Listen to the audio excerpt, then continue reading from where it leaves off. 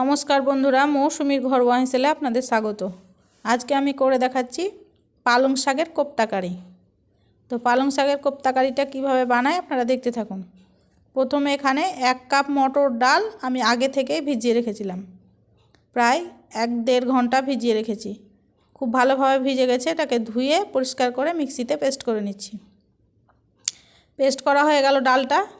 তারপরে এখানে 2টো কাঁচা লঙ্কা এবং ধনে পাতার ডাঁটা এবং একটা টমেটো পেস্ট করে নিচ্ছি অল্প একটু জল দিয়ে। ডালটা তো পেস্ট করা হয়ে গেছে। একটা বড় পাত্রে এটা নিয়ে নিয়েছি। এরপরে দিয়ে দিচ্ছি 2টো কাঁচা লঙ্কা কুচি, 2টো গ্রেট করে ধুয়ে রাখা আলু, পরিমাণ মতো হলুদ গুঁড়ো, 1 চামচ চাট মশলা এবং কেটে ধুয়ে পরিষ্কার করে রাখা পালং শাক। পালং শাকটা একটু বড় বড় করে কেটে নিয়েছি। সমস্ত কিছু উপকরণগুলো একসঙ্গে ভালো করে মেখে নিচ্ছি।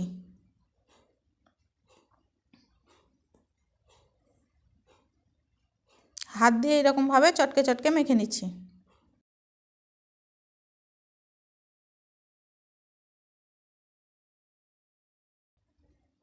এবং কড়াইয়ে বসিয়ে দিয়েছি সাদা তেল গরম হতে। তেলটা ততক্ষণে গরম হতে থাক, আমি কোপ্তাগুলো তৈরি করে নিচ্ছি। সব শেষে দিয়ে দিচ্ছি লবণ। লবণটা আগে দিয়ে দিলে জল বেরিয়ে যেত, তার জন্য সব শেষে দিয়ে দিচ্ছি।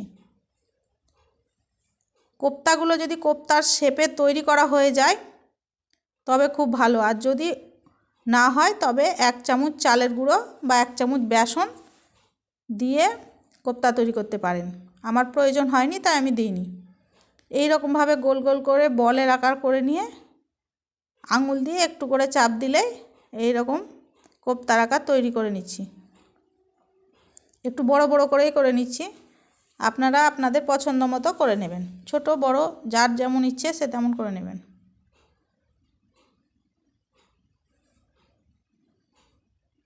একটা সাইড হয়ে গেছে, অপর সাইডটা উল্টে দিচ্ছি। অল্প আঁচে 4 থেকে 5 মিনিট ধরে ভেজে নিতে হবে। ওগুলো ভাজা হতে থাক, ততক্ষণে বাকি কোপ্তাগুলো তৈরি করে একটা থালার মধ্যে রেখে দিচ্ছি।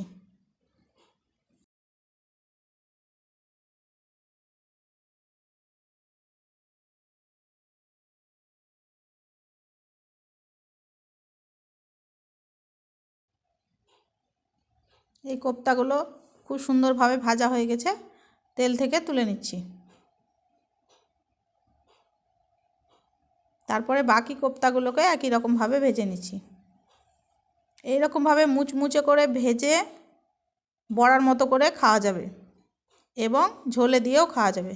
দুরকমভাবেই খাওয়া যাবে, যার যেটা পছন্দ। এগুলোরও একটা সাইড হয়ে গেছে, অপর সাইডটা উল্টে পাল্টে ভেজে নিচ্ছি।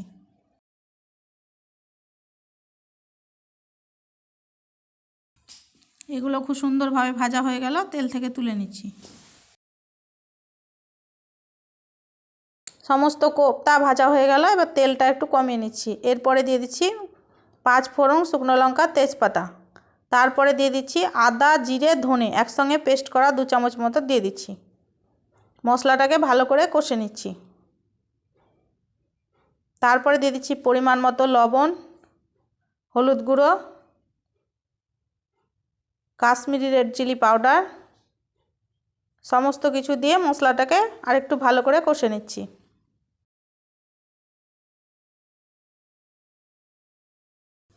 তারপরে দিয়ে দিচ্ছি ধনে পাতার ডাঁটা, কাঁচা লঙ্কা, টমেটো পেস্ট করা ছিল ওটা দিয়ে দিচ্ছি এর মধ্যে। এটা দেওয়ার পর মশলাটাকে আরেকটু ভালো করে কষে নিচ্ছি। তারপরে দিয়ে দিচ্ছি অল্প একটু চিনি। রান্নাটা সম্পূর্ণ নিরামিষ, তার জন্য একটু চিনি দিয়ে দিচ্ছি। এরপরে দিয়ে দিচ্ছি পরিমাণ মতো জল।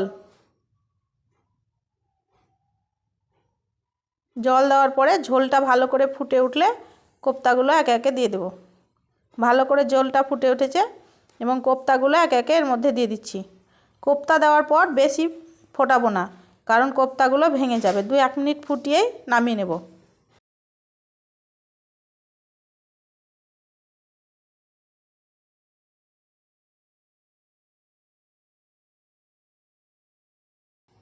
লবণটা একটু কম হয়েছিল, তার জন্য ওপর থেকে আরেকটু লবণ দিয়ে দিলাম। 2-1 মিনিট ফুটিয়ে নিয়েছি। এরপরে ওপর থেকে দিয়ে দিচ্ছি গরম মশলা গুঁড়ো এবং ধনেপাতা কুচি। তারপরে একটা থালায় নামিয়ে নিয়েছি এবং ঠান্ডা হয়ে যাওয়ার পর ঝোলটা পুরো টেনে নিয়েছে।